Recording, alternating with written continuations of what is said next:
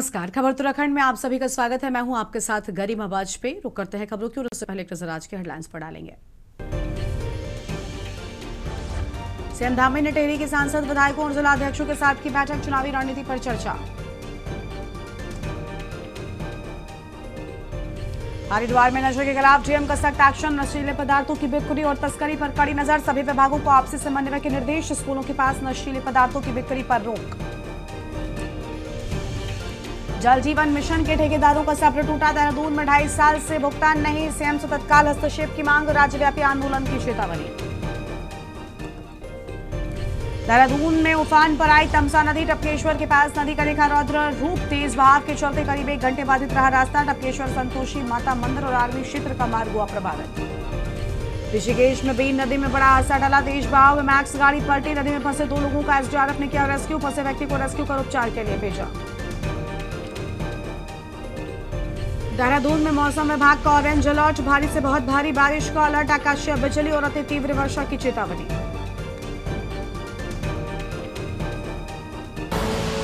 आप देख रहे हैं के न्यूज, खबरों का सारथी।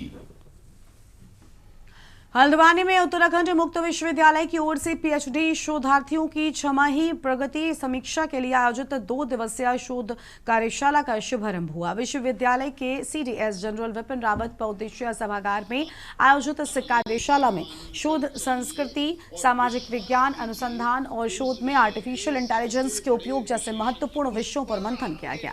कार्यशाला की शुरुआत दीप प्रज्वलन और विश्वविद्यालय के कुलगीत के साथ हुई। निदेशक शोध प्रोफेसर गिरिजा प्रसाद पांडे ने शोधार्थियों का स्वागत करते हुए कहा कि पूरी दुनिया में रिसर्च और डेवलपमेंट को लेकर लगातार चर्चा हो रही है। उन्होंने शोधार्थियों से एआई का इस्तेमाल केवल कॉपी पेस्ट के लिए न करें बल्कि शोध की गुणवत्ता बढ़ाने के लिए करने की अपील की है। वहीं महात्मा गांधी केंद्रीय विश्वविद्यालय मोतिहारी के पूर्व कुलपति प्रोफेसर संजीव शर्मा ने सामाजिक विज्ञान अनुसंधान के बदलते आयामों पर शोधार्थियों को संबोधित किया है।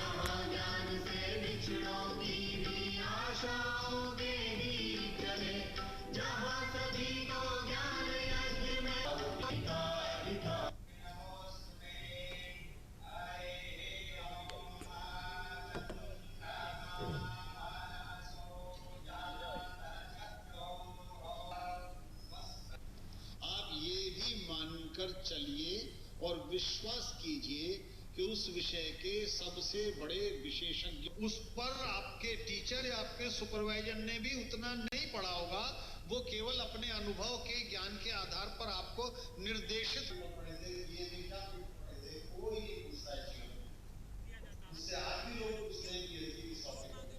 कहता हूँ पीएचडी के विद्यार्थी को हमेशा मन में ये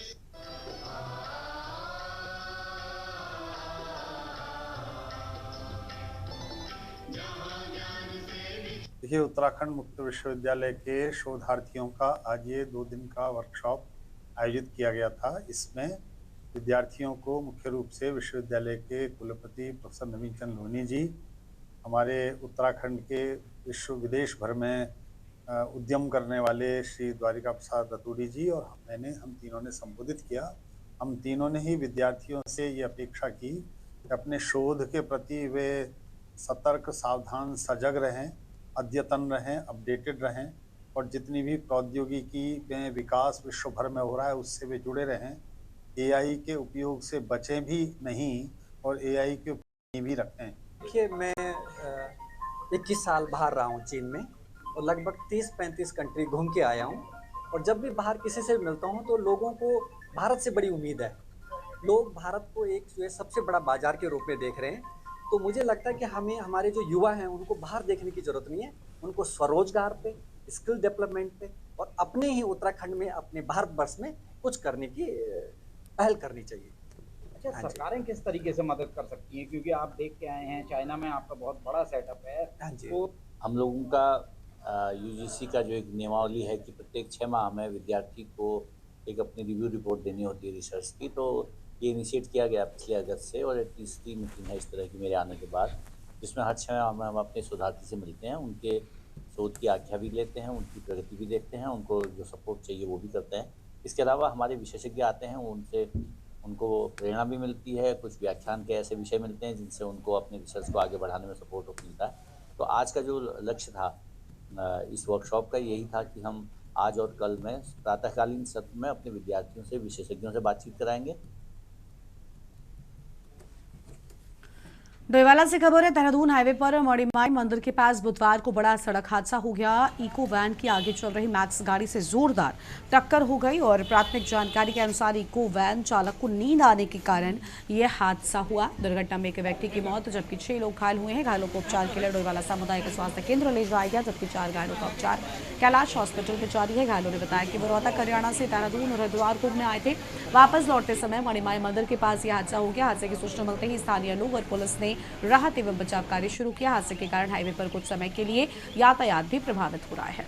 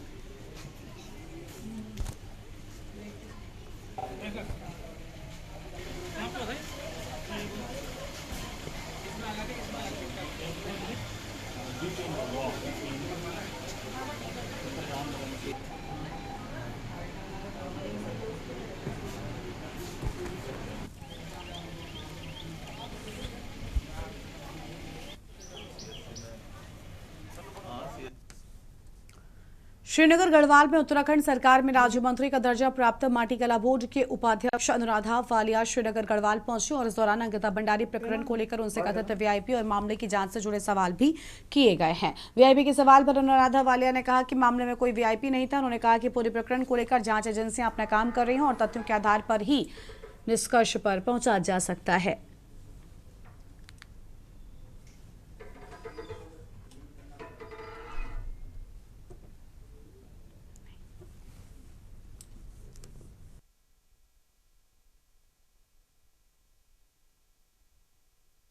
सीधे ना बात कर रहा हूँ।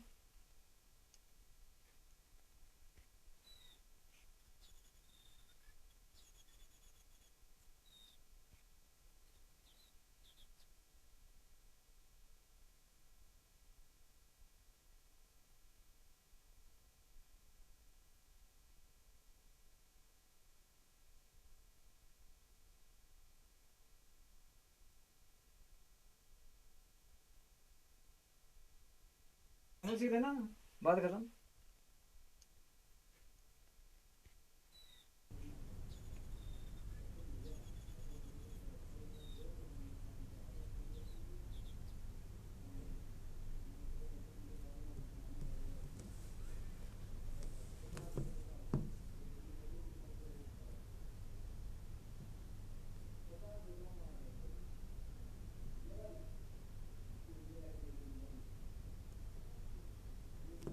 सीधे ना बात कर रहा हूँ।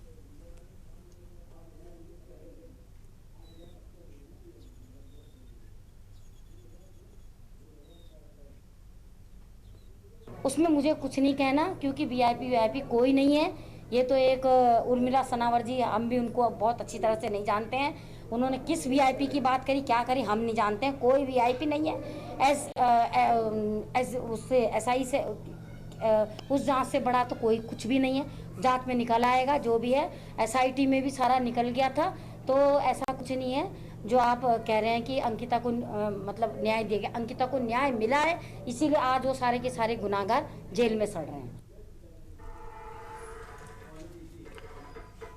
सीधे ना बात कर रहा हूँ।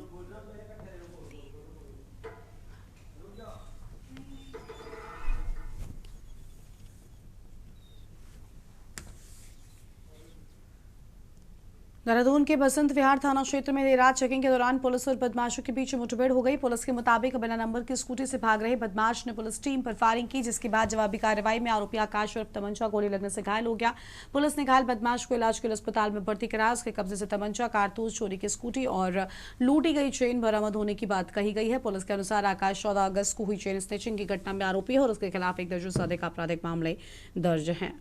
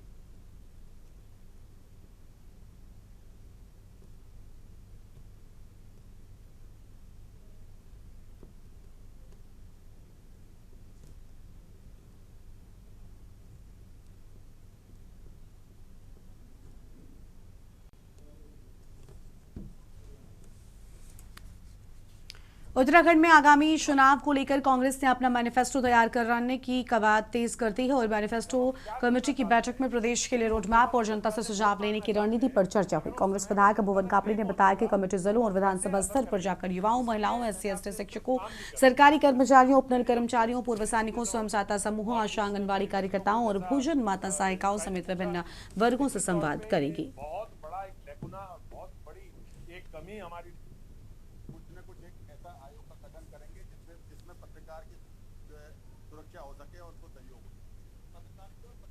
पत्रकारिता हम मैनिफेस्टो कमेटी की मीटिंग कर रहे हैं और मैनिफेस्टो कमेटी आपके साथ हमारा क्या रोड मैप है इस पर बातचीत कर रहे हैं। इसमें मेरे साथ कन्वीनर जो है भकुंडी जी हैं और साथ में दसमाना जी, सुजाता पॉल जी और आदरणीय हमारे CWC के मेंबर सप्पल साहब मेंबर हैं।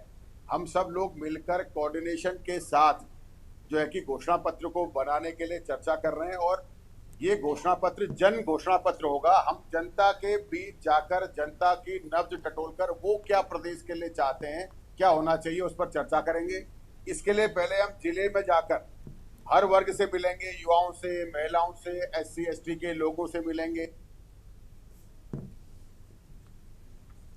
देहरादून में आगामी विधानसभा चुनाव से पहले कांग्रेस के राष्ट्रीय नेताओं के उत्तराखंड के दौरे को लेकर सियासी बयानबाजी तेज हो गई है। सितंबर में लोकसभा में नेता प्रतिपक्ष राहुल गांधी और कांग्रेस महासचिव प्रियंका गांधी के उत्तराखंड दौरे की चर्चाओं के बीच भाजपा ने कांग्रेस पर निशाना साधा है और इससे पहले कांग्रेस अध्यक्ष मल्लिकार्जुन खड़गे और कुमारी शैलजा भी प्रदेश का दौरा कर चुके हैं।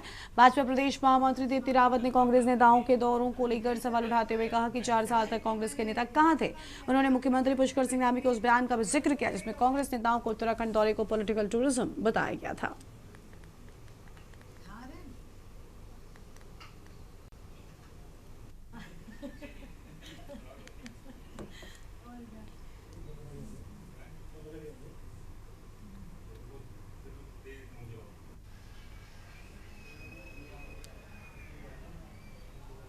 देखिए, मैं ये कह रही हूँ कि मुख्यमंत्री जी जब खड़गे जी आए थे यहाँ, राष्ट्रीय अध्यक्ष जी का दौरा था उनके कांग्रेस पार्टी के, तो मुख्यमंत्री जी ने एक विषय कहा। उन्होंने कहा कि ये पॉलिटिकल टूरिज्म के लिए आ रहे हैं। तो आप ये देखिए, उन्होंने कोई गलत बात बोली नहीं।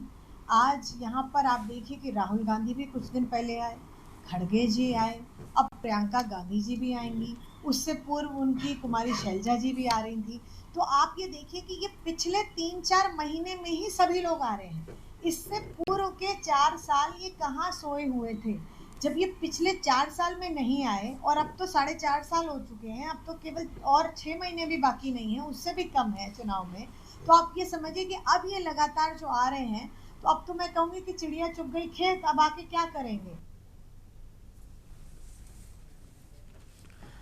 2007 विधानसभा चुनाव से पहले उत्तराखंड में सियासी दलों ने कमर कस ली है। माफ कीजिएगा, 27 के चुनाव आने हैं और उससे पहले सभी दल पूरी तरीके से कमर कस चुके हैं। कांग्रेस पार्टी ने इस बार जनता से सीधा संवाद कर घोषणा पत्र तैयार करने का फैसला लिया है। पार्टी ने घोषणा पत्र के लिए आधिकारिक रोड मैप जारी करते हुए कई कमेटियां बनाई हैं और नेताओं को जिम्मेदारियां सौंपी हैं। कांग्रेस के अनुसार इस बार घोषणा पत्र बंद कमरे में नहीं बल्कि जनता के सुझावों के आधार पर बनाया जाएगा। वहीं भाजपा ने कांग्रेस के इस कदम पर पलटवार किया है और भाजपा प्रदेश अध्यक्ष महेंद्र भट्ट ने कहा कि भाजपा अपनी रणनीति में हमेशा आगे रहती है, कांग्रेस की तरह आखिरी समय में कमेटियां नहीं बनाती।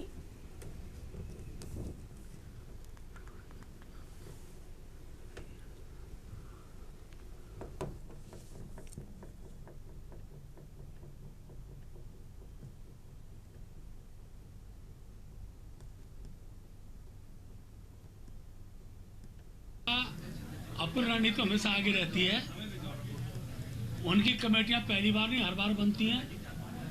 पहले बनाने का उद्देश्य क्या वो कांग्रेस के लोग जानते हैं, लेकिन अभी हम अपने पूरे संगठन स्वरूप के साथ और जब तक जनता से फीडबैक चीज़ों का नहीं आता है तब तक आप किसी प्रकार का मैनिफेस्टो तैयार नहीं कर सकते। हमने मैनिफेस्टो के लिए ही बैठकें हमारी चल रही हैं। कौन कौन से विषय अपने घोषणा पत्र में आने चाहिए, उन सब विषयों की चर्चा भी हम आज की बैठक हमने की है। सारा विषय मैं इसलिए नहीं बता रहा हूँ, कुछ बातें राजनीतिक दृष्टि से पार्टी के आंतरिक विषय की होती हैं, इसलिए सारे विषय के बाद ही हम अपनी सारी कमेटियों का गठन करेंगे। कांग्रेस की कमेटियों का असर ना तो जनता पे पड़ता है और ना उन कमेटियों का कोई रिजल्ट भविष्य में कहीं निकल के आता है। उत्तराखंड में 2027 के विधानसभा चुनाव को लेकर सियासी हलचल तेज होती जा रही है। चुनाव में अभी वक्त है, लेकिन बीजेपी, कांग्रेस समेत अन्य दलों ने अपनी चुनावी तैयारियों को रफ्तार दे दी है। एक तरफ कांग्रेस देहरादून से लेकर दिल्ली तक बैठकों के जरिए अपनी रणनीति को अंतिम रूप देने में जुटी है, तो दूसरी ओर बीजेपी भी दिल्ली में बड़े नेताओं के साथ मंथन के बाद अब प्रदेश के अलग अलग क्षेत्रों में बैठकें कर संगठन को चुनावी मोड में ला रही है। मुख्य तौर पर बीजेपी और कांग्रेस दोनों ही राष्ट्रीय दलों की नजर एक बार फिर से सत्ता पर है। बीजेपी जहां सरकार के कामकाज और संगठन की मजबूती और केंद्र व राज्य सरकार की योजनाओं को अपने आधार बता रही है, तो वहीं कांग्रेस सरकार के खिलाफ मुद्दों को लेकर चुनावी मैदान तैयार करने में जुट गई है। रिपोर्ट देखिए। उत्तराखंड में 2027 के विधानसभा चुनाव भले ही दूर हो, लेकिन सियासी जमीन अभी से गर्म हो चुकी है और मैदान में उतर चुके हैं बीजेपी और कांग्रेस। कांग्रेस इस बार देहरादून से दिल्ली तक बैठकों की झोली लगा रही है। पार्टी का टारगेट साफ है, संगठन को दुरुस्त करना और सरकार के मुद्दों को पर घेरना। उधर बीजेपी भी फुल एक्शन में है। केंद्र के बड़े नेताओं से दिल्ली में रणनीति तय करने के बाद अब प्रदेश के हर जिले में बैठकें शुरू हो गई हैं। बीजेपी का फोकस डबल इंजन सरकार की योजनाओं, विकास के काम और मजबूत संगठन पर है। इसी तर्ज पर बीते दिन प्रदेश कांग्रेस की दिल्ली हाईकमान के साथ हुई बैठक में प्रदेश प्रभारी कुमारी शैलजा, प्रदेश अध्यक्ष गणेश कोदिया सहित अन्य बड़े लोग मौजूद रहे। बैठक में आगामी विधानसभा चुनाव की रणनीति, संगठन के कार्यक्रमों और SIR के मुद्दों पर चर्चा की गई। वहीं उत्तराखंड बीजेपी मुख्यालय देहरादून में आज एक अहम संगठनात्मक बैठक हो रही है, जिसमें मुख्यमंत्री पुष्कर सिंह धामी और प्रदेश अध्यक्ष महेंद्र भट्ट सहित कई वरिष्ठ नेता शामिल हैं। इस बैठक में आगामी राजनीतिक रणनीतियों, सांगठनिक कार्यों, चुनावी तैयारियों, लोकसभा और सांगठनिक क्षेत्रों की कार्यप्रणाली को लेकर समीक्षा व महामंथन किया जा रहा है। दोनों दल अपनी अपनी तैयारियों को लेकर दावे करते नजर आ रहे हैं। इस बीच आपसी तंज और पलटवार का सिलसिला भी देखने को मिल रहा है। किस तरह की मीडिया क्या कुछ चर्चा है? देखिए, चूंकि हम लोग ये क्रमवार ऐसी बैठकें लगातार कर रहे हैं। पहले हमने नगर पालिकाओं, मेयर, नगर पंचायतों के अध्यक्ष, जिला पंचायतों के अध्यक्ष, ब्लॉक प्रमुख और हमारे दायित्ववान कार्यकर्ता, हमारे फिर मंडलों के सभी मंडल अध्यक्ष, जिला अध्यक्ष और कुमाऊं संभाग में ये प्रत्येक संसदीय क्षेत्र के अनुसार वहाँ के विधायकों और सांसदों के साथ कर रहे हैं। तो आज उसी क्रम में यहाँ की बैठक है, सभी प्रकार की समीक्षाएं हो जाएंगी। तब और ज़्यादा लोग हुए। तो मैं आम जनता को कहना चाहता हूँ कि इन सब प्रश्नों का, जितना हमारे पत्रकार साथी पूछ रहे हैं, इन सब प्रश्नों का हल और इन सब प्रश्नों का निवारण परिवर्तन है। परिवर्तन होगा तो राजनीतिक पार्टियों में प्रतिद्वंदिता होती है। पिछली सरकार ने जितनी डिलीवरी की, हम उससे ज़्यादा कर सकें, ये प्रतिद्वंदिता होती है। अगर इसी सरकार को रिपीट किया लोगों ने, तो फिर होता ये है कि भाई हमने अच्छा किया था इसलिए हम आए, तो अब अच्छा किया था तो अच्छा और फिर करने की जरूरत क्या है? जब अच्छा किया था तो 10 साल से ही हो रहा है। या तैयारी पहले शुरू? हमारी तैयारी यथावत रहती है, समय अनुसार कार्यक्रम तय होते हैं। हमारी कुमाऊं की दोनों लोकसभा की बैठक हो चुकी है। आज हमारे गढ़वाल की 3 लोकसभाओं की बैठक है। लोकसभा क्षेत्र के सभी विधायक, सांसद के साथ चर्चा करते हुए और क्या क्या चुनाव की दिशा में कर सकते हैं, उस सब का एक पूरा कार्यक्रम का समय तय करेंगे। देखिए, संगठन का विस्तार करना तो एक रूटीन प्रक्रिया है। सभी जो लोग चयनित हुए हैं उनको मेरी शुभकामनाएं हैं। लेकिन सवाल बड़ा ये उठता है कि उत्तराखंड का क्या हित इसमें छुपा है। ये अपने राष्ट्रीय पदों को, क्या उत्तराखंड के जो मौजूद मुद्दे हैं उनको राष्ट्रीय पटल पर उठाने का काम करेंगे? क्या ये इतनी हिम्मत दिखा पाएंगे कि यहाँ की बेरोजगारी, महंगाई, पलायन, जंगली जानवरों का आतंक इत्यादि बातों को, स्वास्थ्य और शिक्षा की जो बदहाल स्थिति है उसको राष्ट्रीय पटल पर उठा पाएंगे? कुल मिलाकर उत्तराखंड से बहुत बड़े बड़े दावे और वादे किए गए थे जब प्रचंड बहुमत की भाजपा की सरकार यहाँ पर 2 बार बन गई, 2017 और 2022 में। सबसे पहले तो उत्तराखंड प्रांत का ये मानना है कि जो 2 राष्ट्रीय पार्टियां हैं ये सांपनाथ और नागनाथ है, या यूँ कहें कि ये 1 रुपए के 2 सिक्के हैं, और दूसरे कहें तो चोर चोर मौसरे भाई हैं। ये जो भी करते हैं मेरे को लगता है एक दूसरे को बताकर ये पोस्टर करते हैं कि आप ये प्रोग्राम करते हैं तो हम ये प्रोग्राम करते हैं, ताकि जनता हम दोनों पे आपस में जो है झोल मोल करते रहे और समझते रहे। लेकिन उत्तराखंड की जनता बहुत समझदार है। पीछे बेशक उन्होंने राष्ट्रहित के उसमें राष्ट्रहित को नीत देखते हुए बीजेपी को अवश्य वोट दिया होगा, लेकिन अब पूर्ण रूप से वो समझ चुकी है कि ये दोनों राष्ट्रीय दल किस प्रकार से छलवे हैं। कुल मिलाकर कहें तो 2027 का विधानसभा चुनाव भले ही अभी दूर हो, लेकिन उत्तराखंड की सियासत ने अभी से रफ्तार पकड़ ली है। बीजेपी और कांग्रेस दोनों ही अपनी अपनी रणनीति के साथ मैदान में उतर चुके हैं। एक तरफ बीजेपी सरकार के काम और केंद्र राज्य की योजनाओं को जनता तक पहुंचाने में जुटी है, तो दूसरी तरफ कांग्रेस महंगाई, बेरोजगारी, पलायन और युवाओं के मुद्दों को हवा देकर सत्ता में वापसी की राह तलाश रही है। आने वाले महीनों में टिकट की दावेदारी, संगठन में फेरबदल और नेताओं के दौरे लड़ाई को और धार देंगे। बूथ स्तर से लेकर विधानसभा सीटों तक का समीकरण तय करेगा कि ऊंट किस करवट बैठता है। फिलहाल दोनों दल जीत के दावे कर रहे हैं और बयानबाजी भी तेज है। ऐसे में उत्तराखंड की जनता किस दल के किन मुद्दों पर ध्यान देती है, यही तय करेगा कि 2027 में सत्ता की चाबी किसके हाथ लगती है। Uttarakhand desk report. इस बुलेटिन में इतना ही। देखते रहिए के न्यूज़ इंडिया। नमस्कार।